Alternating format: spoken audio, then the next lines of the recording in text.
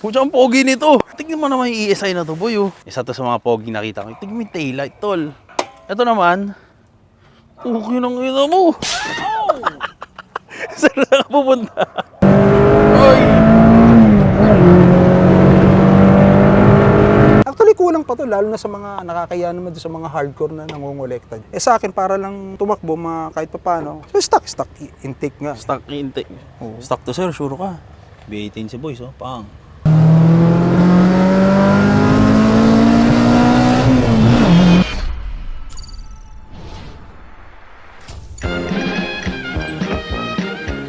Honda Civic EK Series, kung saan belong ang EK3 hatch, ay part ng 6th generation ng Honda Civic. Ito ay naging available from 1995 hanggang year 2000. Sa Pilipinas, sobrang sikat at naging iconic ang mga 90s Civic. Ang EK models ay yung general na tawag after lumabas yung mga ESI at EG. Pero yung EK3 na tawag ay ang specific code para sa variant na may 1.5 liter engine, tapos siya yung hatchback. Ang look ng EK ay mas naging rounded kumpara sa boxy na 5th generation, yung mga ESI. Pero nagme-maintain pa rin to ng classic na low slung at sporty hatchback profile. Marami ang nag-associate sa kanya sa look ng mga street racing cars, lalo na yung Type R version o yung EK9. Ang EK3 model ay typically may 1.5 liter single overhead cam engine na gumagamit ng VTEC na nag-o-offer ng magandang performance at fuel economy. Kaya paborito siya gawing daily driver. Ang EK hatch, lalo na ang Type R variant, yung EK9, ay naging JDM legend. Kaya kahit EK3 lang mabili, madalas tong i-customize at i-convert para maging kamukha ng Type R.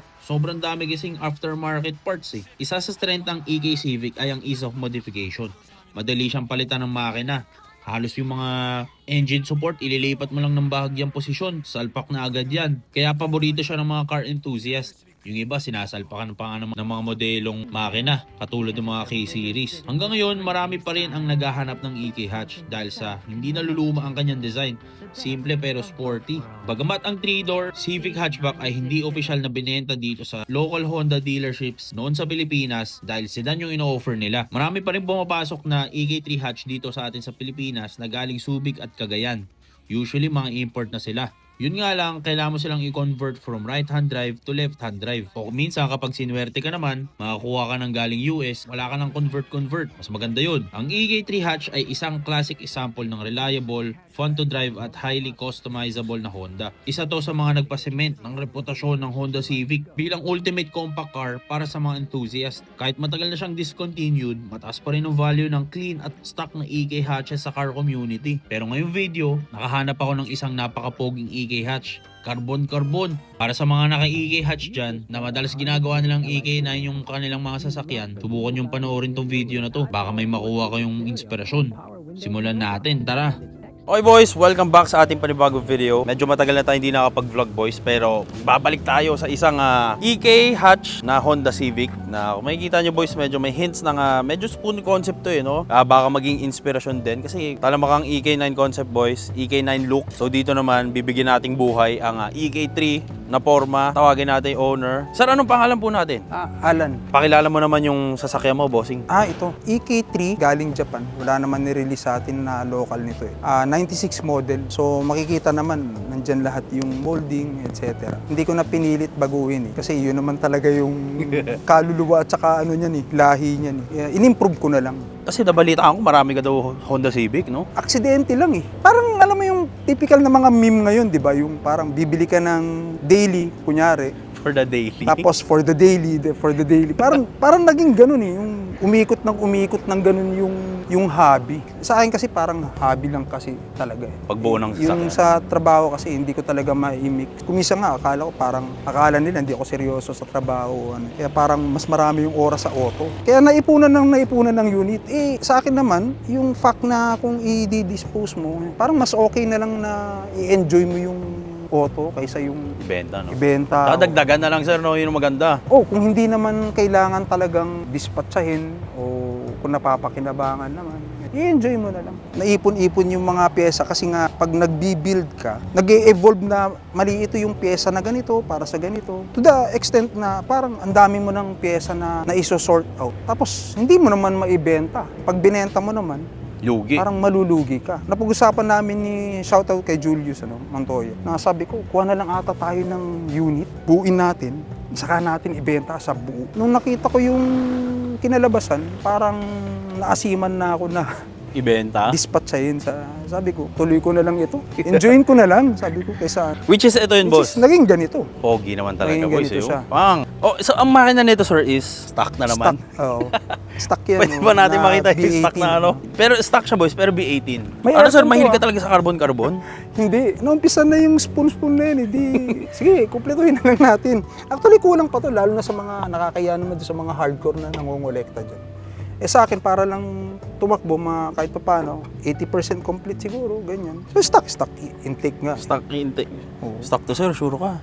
B18 si boys, no? Pang. Ano mga upgrades mo sa engine? Comes nito, B16B. Shout out kasi hindi naman mabubuo ito kung wala yung mga kaibigan natin. For example, maniwala kayo kung siguro ganito na ako katanda sa pag-Honda. Galing pa to kay Almon. Kasi yan yung mga unang pinagkukuha na natin ng pyesa way back late 2000. Inutang ko pa to.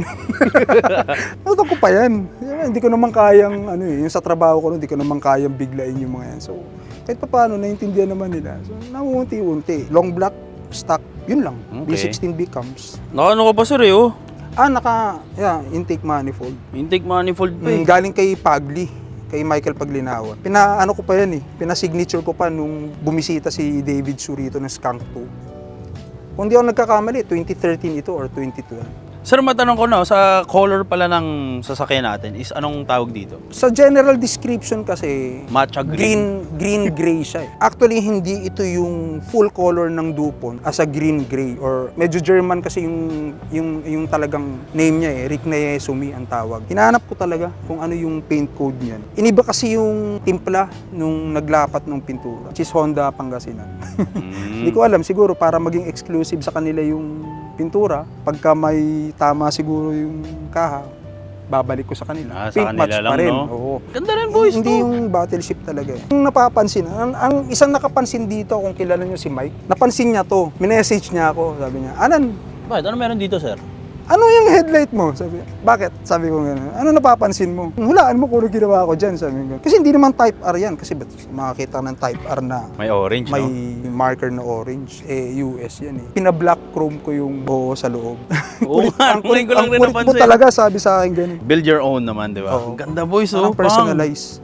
Shout out kay Eric. Kilala niyo rin yun, Eric Rugayan. Halos lahat ng spoon parts ito siya nag-provide. Mura pa nun Tapos ngayon, hindi ko nagugulat ako sa presyo ng mga to. Hindi to pure na SW388 kasi gusto ko talagang mag-drop. Meron ako isang set ng SW388 na 5x1, 1/4x7. Pero gusto ko talaga yung medyo malapad yung likod. Fortunately, nakakita ako minsan ng 2 pieces na Rega. 16x8 ang maalala kong spec nito Ito yun. Oo, ito yun. Then pina-color match ko na lang para mahabol, magpantay sila. CTR na brake set, tapos naka-Kikugen na lug nuts. Yung brake set sa likod, stock. Dito sa harap, yung brake set is monoblock na naka 300mm na S2000 na rotor. Ang kapal, no? Ito, kung titignan, parang pack, di ba? Kasi hilig ko Gusto ko yung parang malinis lang.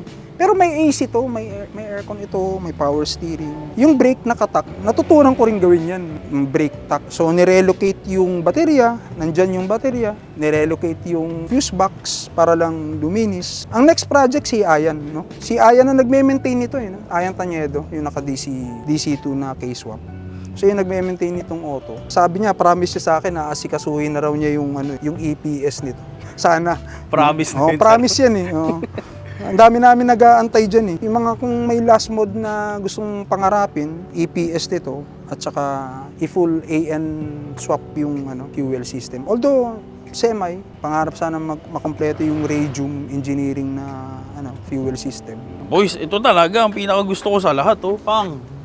Naka-ducktail na spoon. Maganda ang spoon na ducktail, sir. Ang haba, Oo. no? Tapos itong Pwede ka mag-tek-tek dito. niya, EK9, vanity glass niyan. Kasi yun yung mga pyesa na tinanggal mo, kabit na natin doon. Walang bumibili. Oo, walang bumibili. Kabit mo na lang. Kabit na natin doon. Dati walang bumibili, pero ngayon. So, ito street car, no? Hindi ko pinang-de-daily kasi status ng kalsada rito sa amin. Hindi mo naman mapang-de-daily dito.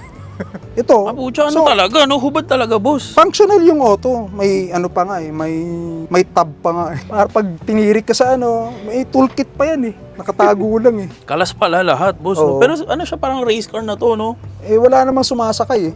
Ako lang sumasakay eh. Kung minsan nagyayaya yung bunso ko, papaikot, ganyan. So, sige, dalawa lang kami sumasakay. Nakakatuwa rin. Pasok tayo sa interior ng Spoon EK3, boys. Hindi siya 96-98, pero sino bang aayaw sa 2DIN? Totoo. Oo, di ba? 2DIN with rear view camera yan. Gumagana yan. Tapos PLX na AFR. Pag hindi ginagamit yung auto, importante, meron kang voltmeter. Totoo. Oo. Pangarap ko yung spoon gauge, pero parang hindi ko Mahal, no? kakayanin eh. Atay pa rin na lang, no? Oo, kaya happy na ako dyan. Galing kay Walin yan, kay Doc Walin. Baka naalala pa niya yan eh. Oo. Mapula-pula pa, boss. Oo. Mapula-pula pa. Wala pa. Surplus na roll cage, 8 point na Cusco. Galing kay AAR. At the same time, may mga accent na gold. Para lang, parang show-show lang. Kasi street naman eh. So, para lang topic of conversation pagka nagkakasama-sama yung mga kaibigan, pag-uusapan. Recaro na Tomcat? Tomcat. Ito yung Oo, Tomcat eh, no? Tomcat. Tapos ito yung nahabaan to. Oo. Ito rin yung mayroon din tong lumbar support, no? So, may pump siya. Ewan ko kung may Naging doktor. tagas to eh. May lumbar support yan. Actually, kung titingnan, bakit parang lowered yung yung Mounting? upuan? Naka-low position na spoon railing. Ay. Oo. Race car ng datingan na ito, no? Tapos hindi a-under mamaya kasi walang battery. Subukan natin, boys. Natin. Para mga magtatanong, boys, ang sukat pala ng mags ni Bossing eh 25-45-16. Oo. Sa 25 offset, pero parang naka siya, boss, no? Naka Negative. negative. Camber. Naka-camber, boys, oh. Sa harapan, ganun Saktong din. drop lang. Ganda ng tayo, boys, no? Ayun, oh, pang. Hindi ko narinig to eh, pero sound checkin natin, oh. N1, spoon N1. Ata? No, naka full exhaust na na spoon. Palyado ata dahil sa high tension wire eh. Di naman. Daming rattle. Hindi ko alam, yung carbon fiber na hood, hindi ata perfect alignment. Ang project naman, hindi naman minamadali yan. Ang mga natutunan ko, huwag kayong mahiyang magpaturo sa mga... Ang turo sa akin ni Doc Walin nun, kumpletuhin mo muna yung Bago yung pagkakabit, no? bago mo ikasa. Yun ang hindi ko makalimutan. Totoo. Kumpletuhin mo muna yung gusto mong ilagay, gusto mong mangyari, bago mo i-execute yung project. Okay. Tama yun. Dinibdib ko yun. Tama nga si Doc. So tama rin na makinig ka sa sa mga nakauna at saka mas nakakaintindi ko minsan. Parang nakakatakot sumakay dito, sir, no? Puro, roll gauge, eh. Matigas. Matigas. Hindi ito po yung pan-daily niyong sasakyan. Hindi. Uy, so, pucha, race car, tol. Race car concept lang ata, sir, no? Oo. Matagal na rin kayo nag-Honda, sir? Actually, late na kung i-compare mo doon sa mga nauna talaga. Kasi 2009 lang ako nag-start. Hindi katulad yung iba. Sabihin nila, 2000 pa lang nag-Honda na sila. So, paano mo i-compare yun? Na-hook up lang dahil sa tropa eh. Hindi ito yung unang Honda kasi. Mas malalim kasi yung kwento ng ESI ko eh. Medyo personal kasi eh. Kaya nakakapagtaka, ano ba ginagawa yan ESI, di ba? Anong BS yan? Bakit? Mas mahal pa nga yung ganitong pyesa dun sa unit eh. Sentimental car, boss, no? Oo, marami kasing reason kung bakit hanggang ngayon nasa amin pa rin yun. Nasa akin pa rin.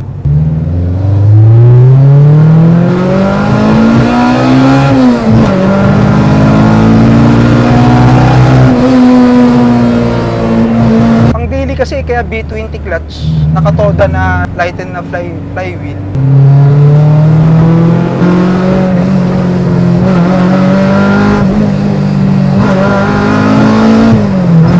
Boss, iba talaga VTEC, no? Oo. Never gets old. Pero baka iba yung interpretation mo pag K. Iba eh. Iba, no? Iba yung pick-up. Iba yung pick-up nung pag K series. Ano siya, boys, no? Ang sa akin na personal opinion ko. Pag dito, bibilis tayo kapag nag-VTEC. Oo. Yun, mabilis agad, wala pa VTEC. Tapos bibilis pa lalo pag may VTEC. Totoo yun. Ganun na ganun. Oo, totoo yun. Pero hindi pa rin papaiwan ng B18C, tol. Mahal ng B18C, Pops, di ba? Mas mahal pa ata sa K. Mas mahal pa sa K. Mas mahal ata sa Kito, Oo. eh. Ang difference kasi, ito talaga match. Match talaga sa Oo. chassis. Oo. Totoo. So yung vibration, hindi katulad ng sa K-swap. Yung kaldag ng clutch, hindi katulad ng sa K-swap. Pero yung kung nag-expect ka ng medyo overpower ng konti versus sa chassis, doon mo makukuha talaga sa K-Swap. Pero ang B, masarap gamitin. Sarap pa rin. Oo. Tsaka boss, mahal ang B18C, di ba? Mahal, oh. Mahal na ngayon. Ewan, mura pa nun eh. Nung inutang-utang ko lang itong mga... inutang-utang, tsaka pinagtagpi-tagpi ko lang itong mga ito eh. Ito man naman yung mags, diba? Staggered na magkaiba. So, literal, parang pinagtagpi-tagpi ko lang ito na mga pyesa.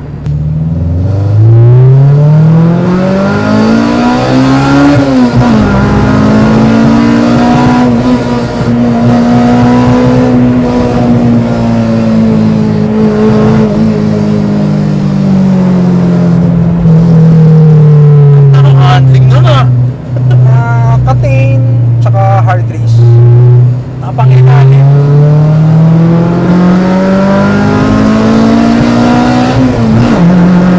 Parang nabubuhay ulit yung dugo ko sir sa ano? Sa Honda eh. Dito na nagagamit to. Dito na sa kalsada na to. Kahit nakamodelo ako, iba pa rin talaga yung... parang hahanapin pa rin eh, no? Hinahanap mo pa rin eh. Tapos parang nagiging nostalgic ka na. Gusto mo ng bitawan, tapos pag na-drive mo, Oo, ayaw mo na ulit. ayaw mo na ulit. Akala ko ako lang Kasi yun, no? yung comfort naman kasi talaga, hindi mo na talaga mahahanap dito. Oo, yung saya, no? Oo, lalo na't binastos mo na yung auto, hindi mo na talaga mahahanap yun. Enjoyin mo na lang. Maganda, katagalan, pwede mo ibenta yung mga pyesa, di ba? Kung nga benta mo yung Type R gauge. Oo. Di ba? Bigla may 50K.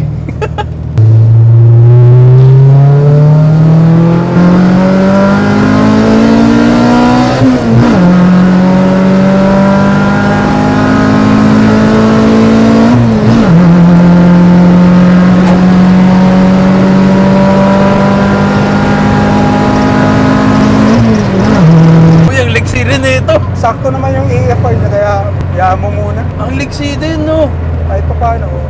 Kung bakit ganyan yung ESI ko ngayon, yan yung mga throwback namin ng airpot ko. Bibili akong Honda anak, excited ka, bata ka, di ba? Yung panahon na yon, ano mo naman, legendary yan eh. Yung Oo. chassis na yan. Yung 99-2000 na chassis, legendary. Parang halos lahat ng tao na nasa edad ko, yan ang hinahanap. Unfortunately, yan dumating, ESI.